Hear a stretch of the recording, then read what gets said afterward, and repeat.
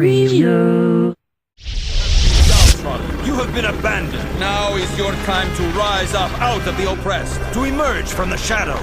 Ignite the thunder of freedom. Now you fight for yourself, for riches, for honor, for the brotherhood. The ATAC 2000 is the... MAG is an online-only, military-themed, multiplayer first-person shooter. While this description doesn't exactly make the game stand out in a crowd, this little tidbit does. It supports matches with up to 256 players. Now, that's a big number, but don't let it dazzle you. You won't be seeing 128 enemies charging towards your position, guns ablazing.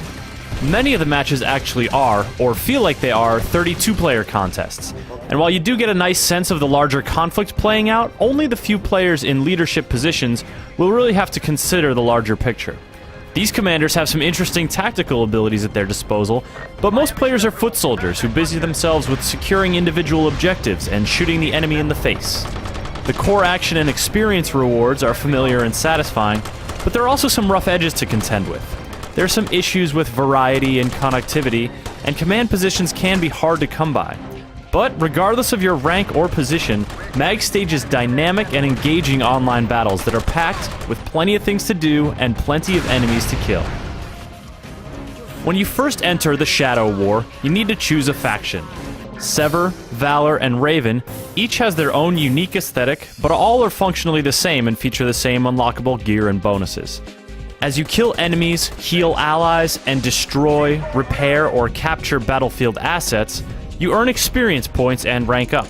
Each rank gives you a skill point that you can spend in the barracks to specialize and improve your soldier. Assault rifles, SMGs, sniper rifles, and light machine guns are all available, as well as sights, bipods, and the like. You can get new gear, like mines, poison gas grenades, and medical guns that revive your allies. There are a lot of ways to tweak your character to your style of play, but it's best if you pick a style and stick with it.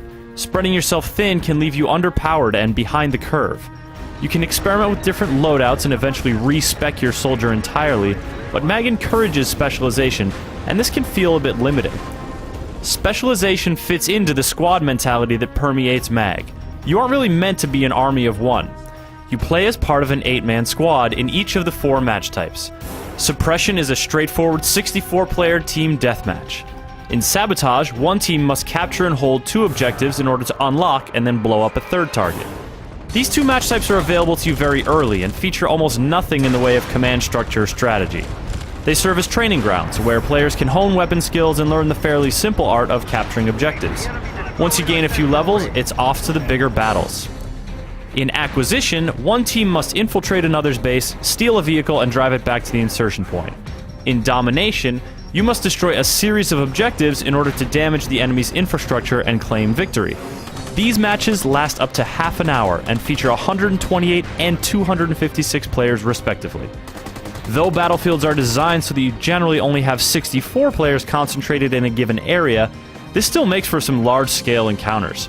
You regularly hear about the other platoon's accomplishments, and you can run over there and help them out if you like, but this is discouraged. For starters, you're hanging your own squad out to dry. But more importantly, you get double experience points for pursuing the objectives designated by your squad leader. This very tangible reward is how MAG encourages teamwork, and it's very effective. It's like this. Acquisition and Domination games have bunkers, barricades, anti-air batteries, sensor arrays, motor pools, a whole variety of valuable targets. If your squad leader targets one of these assets, you'll get double experience points for any action performed in the vicinity. Destroy that roadblock. Transport secured. Get into extraction. Sticking with your squad essentially allows you to level up twice as fast, and even standing near your squad leader gives you attribute bonuses. Anyone in a command position in either Acquisition or Domination can use command abilities to call in help. Some abilities are localized, like cluster bombs or poison gas bombardments. Others are broader, like sensor sweeps and signal jamming. The abilities you can use depends on whether you're a squad leader, a platoon leader, or the officer in charge. These positions are exciting and present unique battlefield challenges, but you won't always get a command post when you want one. With all the points of interest in enemies, there is plenty to do on the battlefield and plenty of places to do it. Maps are well designed and manage to have a lot of flanking routes and choke points alike. Yet the action can start to feel a bit repetitive as the hours pass. Different areas of maps present their own challenges, but playing one quadrant feels very similar to playing in another.